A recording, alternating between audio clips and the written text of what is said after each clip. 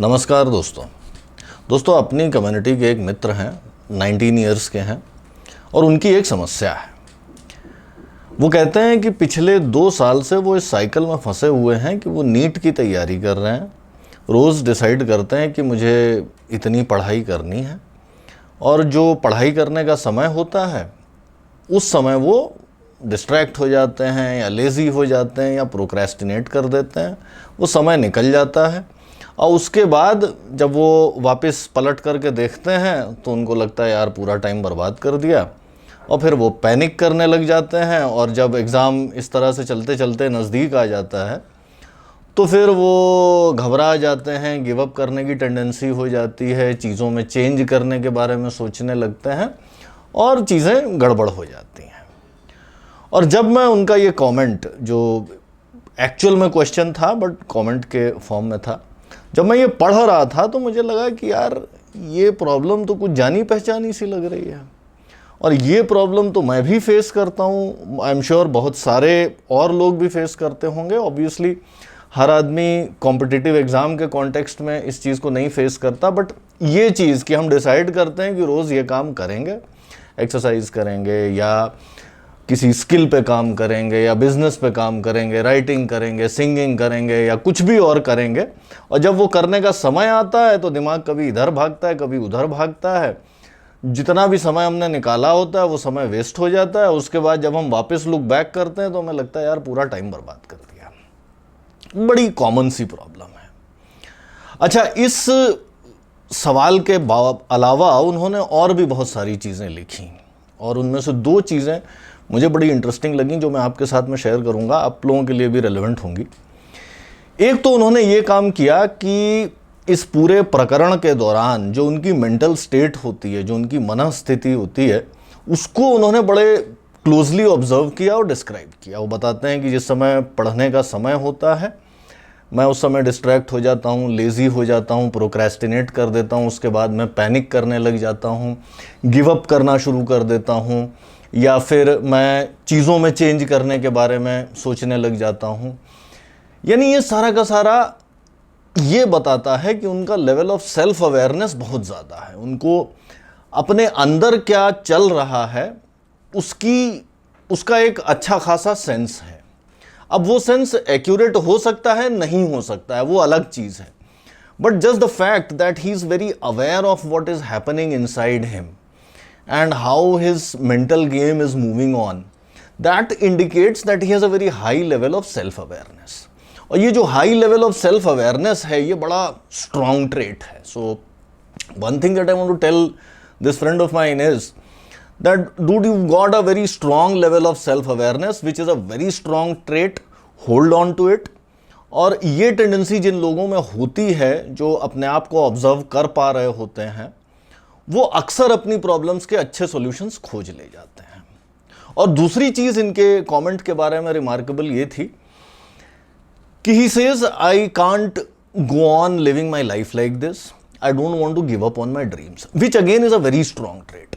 I personally really admire and respect people who think this way, that I don't want to give up. मैं लड़ता रहूंगा, अभी तक मैं फाइट मार रहा हूं, मुझे रिजल्ट नहीं मिल रहे हैं, but I am not ready to give up, I am not going to give up.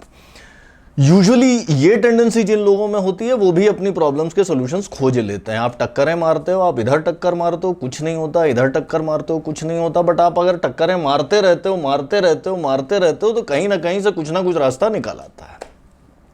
So these 2 things, ये 2 चीज़ें मैं अपने इन मित्र को भी कहना चाहूँगा कि you've got these 2 very strong things going for you, take heart in it and build on what you've already got. अच्छा, इस कमेंट के बारे में जो लाइक आई सेड ये question in the form of a comment था, इसके बारे में एक और बड़ी इंटरेस्टिंग चीज़ ये थी कि इसमें एक अजीब सा सेंस ऑफ अर्जेंसी था। इनफैक्ट आज मैं किसी और चीज़ के बारे में बात करने का प्लान कर रहा था and I saw this comment yesterday only, आज सुबह जल्दी, and then I decided I'll talk about this first. खैर, now let's come back to the problem. The problem is मैं नीट की तैयारी कर रहा हूँ, मेरे 2 3 4 सब्जेक्ट हैं और ऑब्वियसली ये बड़ी, इसको आप जेनेरिक सी प्रॉब्लम की तरह भी ले सकते हैं कि भाई मैं नीट की तैयारी कर रहा हूँ, जेई की तैयारी कर रहा हूँ, मैं किसी और कॉम्पिटिटिव एग्जाम की तैयारी कर रहा हूँ, मेरे 3 4 सब्जेक्ट्स होते हैं और मुझे 1 साल तक या 2 साल तक तैयारी करनी है। ऑब्वियसली मेरी प्रॉब्लम ये हो जाती है कि मैं उन 3 सब्जेक्ट्स को या 4 सब्जेक्ट्स को रोज़ रेगुलरली उनके ऊपर टाइम दूं, यानी मैं रोज़ जो है वो मेरे जो 3 या 4 सब्जेक्ट हैं रोज़ मैं उनको 1 घंटा या 2 घंटा पढूं। मान लेते हैं कि 2 घंटा मुझे पढ़ना है, यानी नीट की तैयारी करने की प्रॉब्लम मेरी रिड्यूस हो जाती है कि मैं रोज़ फिज़िक्स को 2 घंटे कैसे दूं। ऑब्वियसली अगर मैं फिजिक्स के कॉन्टेक्स्ट में इस प्रॉब्लम को सॉल्व कर लूँगा तो मैं वही सॉल्यूशन मैथमेटिक्स पे रेप्लिकेट कर दूंगा, नीट में मैथमेटिक्स नहीं होता, बायोलॉजी पे रेप्लिकेट कर दूंगा और सब्जेक्ट्स पे रेप्लिकेट कर दूंगा। तो पहला काम जो हम यहाँ करेंगे वो ये कि अपनी प्रॉब्लम को रिड्यूस कर देते हैं कि भाई preparation of NEET over 1 year और 2 years, let us reduce that problem to how do I devote 2 hours every day to physics.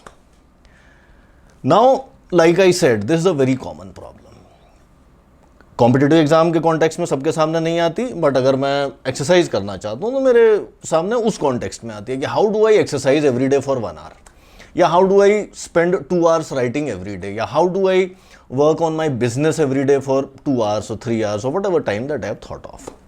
अच्छा, फर्स्ट कट तो हम ये मान के चलते हैं कि आपने बेसिक हाइजीन का ध्यान रखा हुआ है, यानी इस प्रॉब्लम को कि भाई मैं बैठा तो हूँ 2 घंटे फिजिक्स पढ़ने के लिए, लेकिन एक नज़र मेरी रहती है फिजिक्स की किताब के पन्नों पर और दूसरी नज़र से मैं अपने मोबाइल फ़ोन में यूट्यूब देख रहा हूँ या इंस्टाग्राम देख रहा हूँ, बेसिक लेवल के डिस्ट्रैक्शंस। हम यहाँ एज्यूम कर रहे हैं कि आपने ये प्रॉब्लम सॉल्व कर ली है, कि आप एक ऐसी जगह बैठते हैं जहाँ पे डिस्ट्रैक्शंस कम है, शोर शराबा नहीं है, एकांत जगह है, आप सिंसियर एफर्ट कर रहे हैं, आप ऐसा नहीं है कि मैं किताब के अंदर कुछ और निकाल करके पढ़ रहा हूँ। वो सारी की सारी प्रॉब्लम्स अलग लेवल की प्रॉब्लम्स हैं। हम यहाँ ये एज्यूम कर रहे हैं कि आपने वो प्रॉब्लम सॉल्व कर ली हैं कि भाई बेसिक लेवल पे मैं सिंसियर एफर्ट कर रहा हूँ और अब मैं चाहता हूँ कि मैं कैसे फिजिक्स को रोज़ 2 घंटे दे सकूँ। और यहाँ पे हम एक छोटा सा डिटूर लेंगे और अपने ब्रेन की एक टेंडेंसी के बारे में बात करेंगे, जिसके बारे में हमने पास्ट में भी कई बार बात की हुई है। अगर आपने हमारे पुराने वीडियोस देखे होंगे तो ये थॉट, ये आइडिया आपके सामने आया होगा कई बार कि हमारा दिमाग एक एनर्जी कंजर्वेशन मशीन है, उसके पास लिमिटेड एनर्जी होती है और ऑब्वियसली हम क्योंकि वो एवोल्यूशनरी साइकिल से आए हुए हैं तो हमारे दिमाग को कॉन्टिन्यूसली ये डिसाइड करना पड़ता है कि इस काम में मैं एनर्जी दूँ कि न दूँ। और हमारा दिमाग एक बहुत सिंपल ह्यूरिस्टिक यूज़ करता है। अगर हमें उस काम में कुछ विन्स मिलते हैं, कुछ क्विक विन्स मिलते हैं, कुछ सक्सेस मिलती है, तो हमारा दिमाग कहता है हाँ यार इस काम में लगे रहो। अगर हमारे दिमाग को सक्सेस नहीं मिलती है, अगर मैं पढ़ने बैठा, मान लीजिए मैं फिजिक्स पढ़ने बैठा, 1 पन्ना 2 पन्ना 3 पन्ने पढ़े और मुझे कुछ समझ में नहीं आया, तो किसी ना किसी बहाने से मेरे दिमाग जो है वो ये मैसेज मुझे पहुंचा देगा कि यार कुछ और करो। वो या तो मैं डिस्ट्रैक्ट हो जाऊंगा, या मैं उठ करके कुछ और करने लगूंगा, या मैं किसी भी मैनिफेस्टेशन से उस काम में एनर्जी लगाना बंद कर दूंगा। यही चीज़ तब होती है जब मैं एक्सरसाइज शुरू करता हूँ। मान लीजिए कि मैं जिम ज्वाइन किया मैंने और पहले ही दिन इंस्ट्रक्टर ने मुझे वो 25 तरह के डिफरेंट सेट्स दे दिए, वेट्स बता दिए कि भैया इतना उठाओ। मैं उठाने गया, हाथ में वेट उठाया, मेरे मोच आ गई, ट्रेडमिल पे चलने बैठा तो वो 2 मिनट के बाद मैं हांफने लग गया। इंस्ट्रक्टर ने बोला था 10 मिनट दौड़ना, और कुछ भी मैंने जो कुछ भी करने की कोशिश की उसमें मुझे कोई सक्सेस नहीं मिली। इस तरह की सिचुएशन जब होती है तो हमारे दिमाग का वो primal energy conservation mechanism fire हो जाता है और वो किसी ना किसी बहाने या तो आप बोर हो जाओगे, या आप डिस्ट्रैक्ट हो जाओगे, या आप डिसइंटरेस्टेड हो जाओगे, या मोटिवेशन नहीं बनेगा, किसी ना किसी बहाने आपका दिमाग आपको उस काम से हटा देगा। यानी फिजिक्स को डेली करने की problem is essentially trying to figure out a way to give yourself quick wins every day. यानी अगर मैं कुछ इस तरह से अपने टास्क को डिजाइन करता हूं कि मैं रोज जो 2 घंटा फिजिक्स में दे रहा हूं मुझे कुछ क्विक विंस मिलती रहें, तो फिर मेरे दिमाग को अपना रिवॉर्ड मिलता रहेगा और मैं उस काम में लगा रहूंगा। ठीक उसी तरीके से अगर मैं एक्सरसाइज ज्वाइन करता हूं तो मैं कुछ ऐसा फिगर आउट करूं जिससे मैं रोज कर सकूं जिस काम को। और अगर मैं उस काम को रोज कर पाता हूं, मैं बहुत हल्के वेट से शुरू करता हूं, मैं कर लेता हूं, तो मेरे दिमाग को विन मिल जाता है और मैं अगले दिन भी करने के लिए चला आऊँगा। और इस थॉट के कॉन्टेक्स्ट में अगर आप इस प्रॉब्लम को देखते हैं कि I have to devote 2 hours every day to physics, तो फिर आपको इस तरह से सोचना होगा कि मैं अपने फिजिक्स के डेली के टास्क को इस तरह डिजाइन करूं कि डेली के टास्क पर मुझे 100 में 100 मिले। I call this formula daily का 100।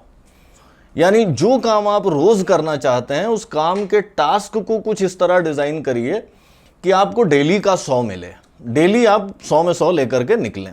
तो फिर आपकी इस चीज की प्रोबेबिलिटी बढ़ जाएगी कि आप उस काम को कंटिन्यूसली करते रहेंगे। यानी यहां आपको इस प्रॉब्लम को सॉल्व करना है कि मैं डेली 2 घंटा जो फिजिक्स में टाइम दूंगा उसमें मैं अपने टास्क को कुछ इस तरह डिफाइन करूं कि मुझे 100 में 100 मिले। अब मान लीजिए कि मुझे फिजिक्स का कोर्स कंप्लीट करना है, कोई बुक है मेरे पास, मुझे पढ़नी है, मैं उस बुक को पढ़ने बैठता हूं, मुझे कुछ समझ में नहीं आता। क्या करेंगे आप फाइंड आउट करिए ऐसा रीडिंग मटेरियल जो आपको समझ में आए। दूसरी किताबें आप ट्राई कर सकते हैं और ये मेथड बड़ा इफेक्टिव होता है कि अगर एक बुक से आपको नहीं समझ में आ रहा है तो आप बाकायदा और बुक्स खोजिए और रीडिंग मटेरियल खोजिए, ऐसा कुछ खोजिए जिसको आप पढ़ते हैं तो आपको समझ में आ जाता है।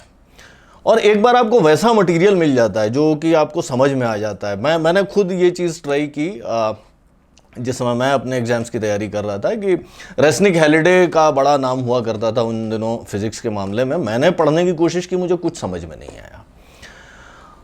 तो फिर मैंने सोचा कि यार अच्छा, उस समय मेरे पास और टीचर्स अवेलेबल थे नहीं, तो मैंने सोचा कि यार मुझे तो कुछ ऐसा ही फिगर आउट करना पड़ेगा कि जिससे मैं अपने आप पढ़ के समझ सकूं।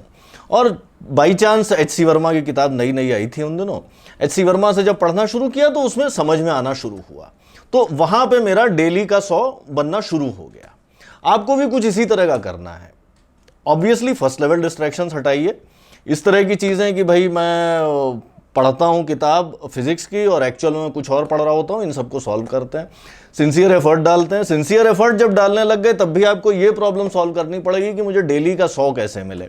अगर बुक ए से आपको डेली का 100 नहीं मिल रहा है तो बुक बी फाइंड करिए, बुक बी से नहीं मिल रहा है बुक सी फाइंड करिए।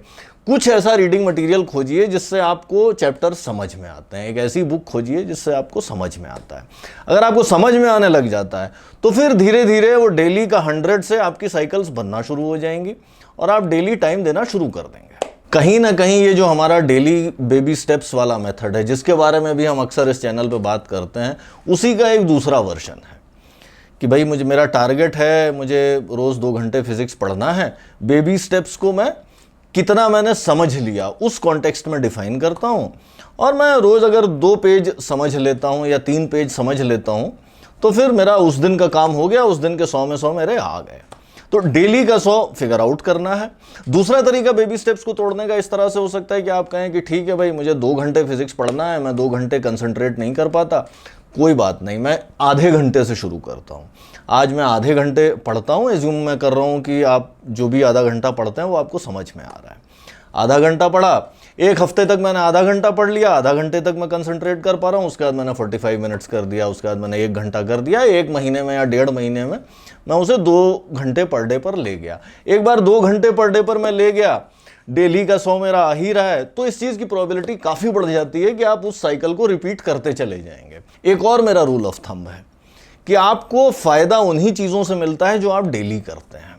ये न्यूटन का लॉ नहीं है, तो इसके एक्सेप्शंस हो सकते हैं, but the way I look at it, मैं अपने कॉन्टेक्स्ट में ये सिंपल सा रूल ऑफ थंब लेकर के चलता हूँ कि जिस काम से मैं ये एक्सपेक्ट कर रहा हूँ कि ये काम मुझे वाकई फ़ायदा करे, उसको मैं डेली करता हूँ। डेली का मतलब हफ्ते में अगर आप 6 दिन भी करते हैं, 5 दिन भी कर ले जाते हैं, तो आप उसे डेली ही काउंट करेंगे। तो फिजिक्स, केमिस्ट्री, मैथमेटिक्स, बायोलॉजी या जो भी आपके सब्जेक्ट हैं, वो पढ़ने से आपको फ़ायदा तभी होगा जब आप उसे डेली कर रहे हैं। डेली आप तभी कर पाएंगे जब आपको डेली का 100 मिल रहा है। डेली का 100 तक पहुंचने के आप बेबी स्टेप्स डिज़ाइन कर सकते हैं अगर आपको 2 घंटे तक कंसंट्रेट करने में दिक्कत हो रही है। अगर वो प्रॉब्लम नहीं है और प्रॉब्लम इधर है कि आप वो किताबों में सर मारते हैं और आपको कुछ समझ में नहीं आ रहा होता है, तो आप सिंपलर किताबें लेकर के आइए। ऐसी किताबें खोजिए जिनसे आपको समझ में आए, जहाँ पे आपको विन मिले, जहाँ पे आपको डेली का 100 मिले। अगर मैं किसी कॉन्सेप्ट को 1 दिन में पढ़ के समझ लेता हूँ और आपको 4 दिन लग जाते हैं, तो भी कोई फ़र्क नहीं पड़ता। इवेंचुअली एग्ज़ाम बहुत लंबे समय के बाद होता है, सबके पास इनफ टाइम होता है। अगर आप अपने प्रोग्रेस को इस तरह से डिवाइड कर लेते हैं कि आपको डेली का 100 मिल रहा है और आप 4 दिन में उस कॉन्सेप्ट को अच्छे से समझ पा रहे हैं, मैं भले ही 1 दिन में समझ पा रहा था, फिर भी अगर आप ये साइकिल्स रन करते रहेंगे तो एग्जाम वाले दिन हम और आप अच्छा खासा मुकाबला कर रहे होंगे। तो दोस्तों ये तो थी कहानी डेली एफर्ट डालने की। 2 स्टैंड आउट आइडियाज। पहला ये कि what I work on every day is what I should expect benefits from. जो जिस काम से मैं चाहता हूं कि मुझे बेनिफिट मिले, मुझे उस काम को रोज करना पड़ेगा। और नंबर 2, किसी काम को रोज करने के लिए सबसे जरूरी यह है कि आपको डेली का 100 मिले। तो अपने काम को इस तरह से डिजाइन करिए, अपनी सिचुएशंस को, अपने इंस्ट्रूमेंट्स को, अपने रिसोर्सेज को इस तरह से फिगर आउट करिए, अरेंज करिए, ऑप्टिमाइज करिए कि आप डेली का 100 ले सकें। डेली का 100 अगर आप ले पा रहे हैं तो फिर आपकी साइकिल्स बन जाएंगी। आपको कोई चीज़ समझने में अगर ज़्यादा समय भी लग रहा है तो भी उससे कोई फ़र्क नहीं पड़ता। एज लॉन्ग एज आपको डेली का 100 मिल रहा है, आप सही रास्ते पर हैं और आप पहुंच जाएंगे। इस चीज़ की बहुत सारी प्रोबेबिलिटी बढ़ जाती है। दोस्तों आज के एपिसोड में इतना ही। अगर आपको ये एपिसोड अच्छा लगा तो दोस्तों के साथ शेयर करिए, लाइक और कमेंट करिए। और अगर आपने अब तक सब्सक्राइब नहीं किया है तो सब्सक्राइब करिए और इस बेल आइकॉन को दबाइए। जल्दी मिलते हैं एक नए एपिसोड के साथ, तब तक के लिए बाय बाय।